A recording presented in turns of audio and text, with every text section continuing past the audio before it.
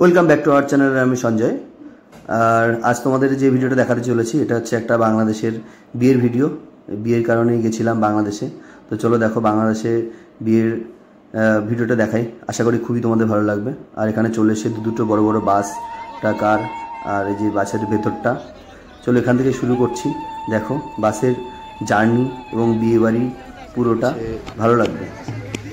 বাংলাদেশের বিয়ের প্যান্ডেল। উঠেছিলাম বাসে 3টের সময়, আর এখন বাজে বাংলাদেশ টাইম 8টা 10। প্রায় 5 ঘন্টা লাগলো বাসে করে আসতে। তো চলো এখানকার সিস্টেমগুলো একটু অন্যরকম বিয়ে বাড়ির, আমাদের ইন্ডিয়ার মতো না। তো সেটাই তোমাদের দেখাবো। দেখো কেমন এন্টারটেন হয়, অন্যরকমই সিস্টেম।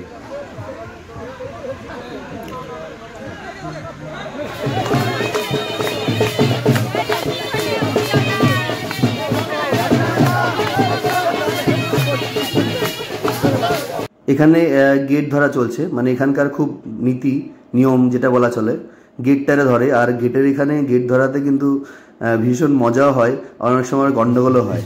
চলো দেখো যে আমরা সবাই নামলাম গাড়ি থেকে, নেমে এবার কনের বাড়িতে এন্ট্রি নিচ্ছি, যাচ্ছি এবার। তো সামনেই গেট ধরাবে আর বরকে নামানো হচ্ছে গাড়ি থেকে, বরণ করছে। কেমন লাগছে তোমাদের বাংলাদেশের বিয়ে অবশ্যই কমেন্ট করে জানিও। ভালো লাগলে শেয়ার করো। আর যারা এখনও আমার চ্যানেলটাকে সাবস্ক্রাইব করোনি অবশ্যই সাবস্ক্রাইব করো। দেখো এখানে কিন্তু শেষ না, আরও অনেক মজা আছে।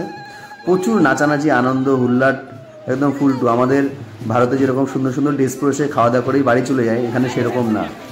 দেখো বর আসার সঙ্গে সঙ্গে এখানে গেট ধরেছে, একদম স্প্রে দিয়ে পুরো একদম ভিজিয়ে দিয়েছে পুরো। তারপর এখানে মিষ্টি মুখ করানো হচ্ছে, টিকা কাটানো হবে, যেরকম অ্যাকচুয়ালি হয় আর কি।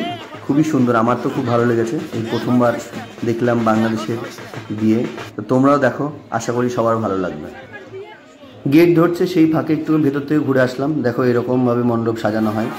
আর তারপর এখানে বাইরে আবার এসে দেখি টাকা পয়সা নিয়ে প্রচুর ক্যাচাল হচ্ছে। মানে হয় না, গেট ধরলে এত টাকা দিতে হয়, অত টাকা দিতে হয়। সে তো প্রায় মারামারির মতো অবস্থা, বাবারে বাবা। তারপরে আবার যাই হোক ওখানে মিটে এবার ছেলে বা ভেতরের দিকে যাচ্ছে।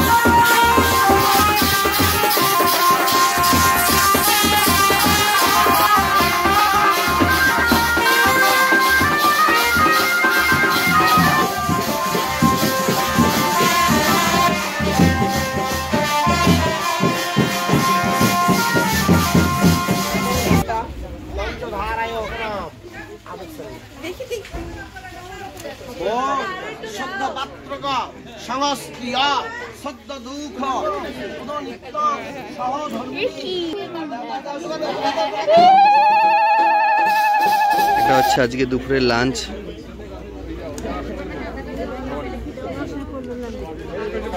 সিস্টেমটা কিন্তু পুরোটাই আলাদা। লাঞ্চ হচ্ছে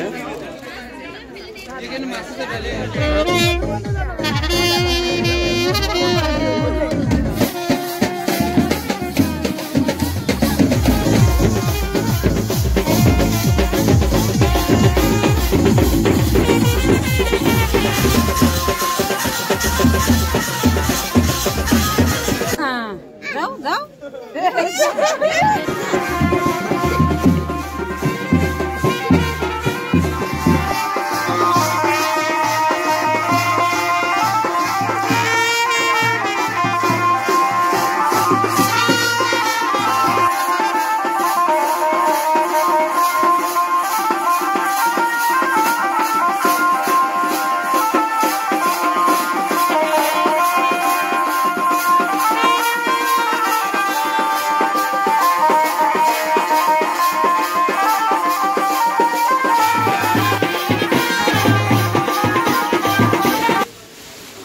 পেঁয়াজ কাটাকাটি হচ্ছে। বাংলাদেশের বিয়ে বাড়ির খাওয়া দাওয়ার নিয়ম কিন্তু আমাদের ভারতের মতো না, এখানকার নিয়ম কারণ আলাদা। অ্যাকচুয়ালি এখানে যে বৌভাতটা হয় সেই বৌভাতটা আমাদের এখানে যেরকম রাতে হয়, এখানে বৌভাতের খাওয়া দাওয়ার অনুষ্ঠানটা হয় দিনের বেলা। তাই এখানে যেহেতু দিনের বেলা হয় তো সকাল থেকে এত কিছু রান্না করা সম্ভব হয় না, তার জন্য কিন্তু রাত থেকেই রান্না শুরু হয়ে যায়। তো দেখো প্রথমেই তোমাদেরকে যেরকম দেখালাম ডিম সিদ্ধ করছে, ওটাতে একটা ডিমের একটা ভুনা আইটেম হবে, তো এখানে সেটাকে ভুনা বলে। চিকেনের আইটেম ছিল, চিকেন রোস্ট ছিল, তারপর মটন কষা ছিল। তো এখানে রাতের বেলায় মটন কাটছে, এখন বাজে প্রায় 3টে। তারপর হতেই সকাল হয়ে গেল। সকাল থেকে কিন্তু রান্না শুরু, রাতের বেলা যতটা পেরেছে রান্না কভার করে রেখেছে, এখন দিনের বেলাতে রান্নাটা শুরু হয়ে গেছে।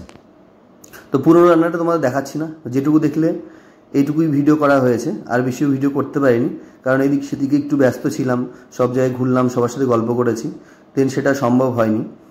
তো দেখো আরও পেছনে আরও সামনে কিছু ভিডিও আছে, নাচানাচি খাওয়া দাওয়ার সব কিছুই আছে, আশা করি ভালো লাগবে। আর এখন পর্যন্ত যা ভিডিওটা দেখেছো সেটাও আশা করি তোমাদের অনেক ভালো লেগেছে। সব থেকে ভালো টাইম এটা যে আমার কাকা কাকিমা সবাই, মানে এতদিন পর সবাইকে দেখছি, মানে দেখে মন পুরো ভরে যাচ্ছে, খুব ভালো লাগছে। আর যার জন্য আমার আশা সেটা আজকে সার্থক হলো, মানে কাকা কাকিমা বোন সবার সাথে দেখা হয়েছে, ভীষণ আনন্দ করেছি।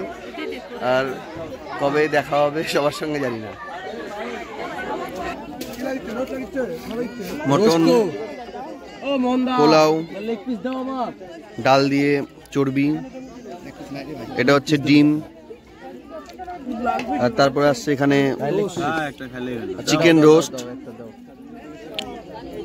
এই হচ্ছে আজকের মেনু। অবশেষে আছে দই।